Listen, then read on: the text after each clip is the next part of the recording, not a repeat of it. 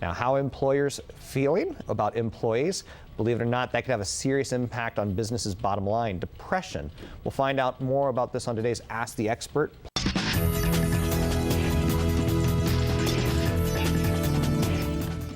Depression, it can take a toll on the economy, believe it or not, to the tune of billions of dollars a year. Here to tell us more, Dr. Greg Ketchum, workplace and career expert with talentplanet.com. Dr. Greg, depression sounds like a medical thing that we should be talking to our doctor about and not a hiring coach like yourself. Why are we talking to you about this? Well, we're talking about it, Rob, because it has such a huge impact on the workplace. Newsweek did a recent cover story on depression in men in particular and estimated that adult depression has an impact of $83 billion a year in lost productivity in the American workplace. So that's a pretty huge impact, Rob.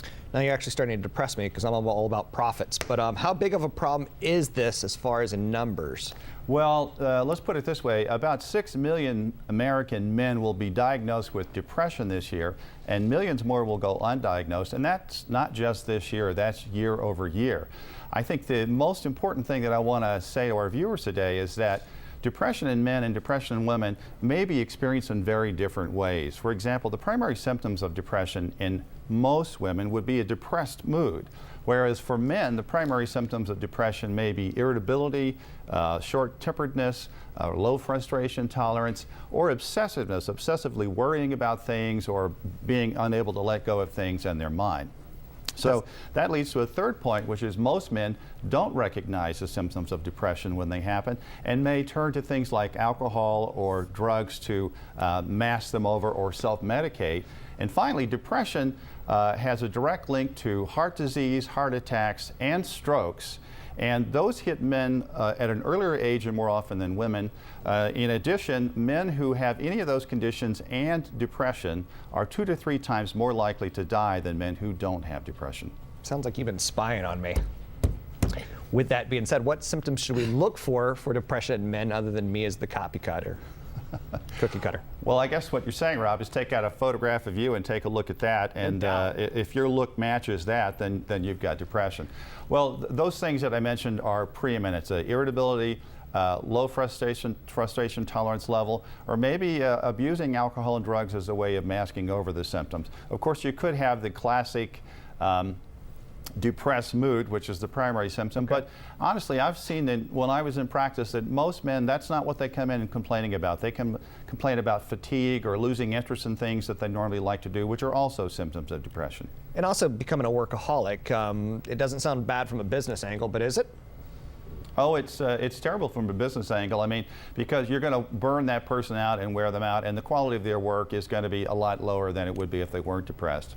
I think the other thing to really keep in mind is that men are, it's very difficult to diagnose depression generally, unless you've got a major depression where somebody can't get out of bed. But for men, it's even more difficult because most men who are irritable or short-tempered are looked upon as just being jerks, or it's a character flaw in some sense, or the result of just being overworked. Secondly, most men don't talk about their feelings or even admit them to themselves. It's the strong, silent type still holds sway in this culture.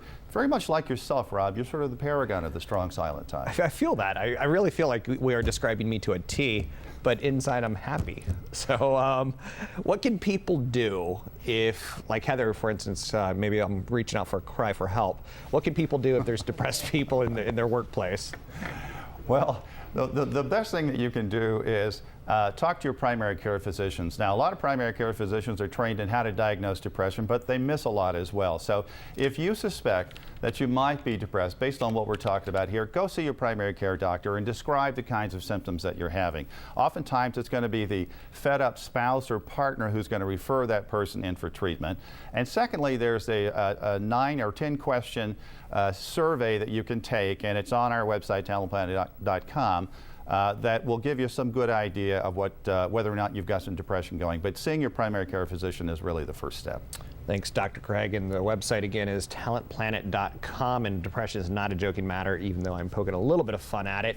Obviously, it could affect the workplace, the career, the lifestyle, the marriage, many things. Dr. Greg Ketchum, workplace and career expert. Dr. Greg at talentplanet.com. This is a good website to go, especially if you're looking for a job or a career change or just some advice on the workplace. Talentplanet.com. And again, with depression, there's so many good antidepressants out there that we pop them like candy in the United States and France that you can overcome this issue.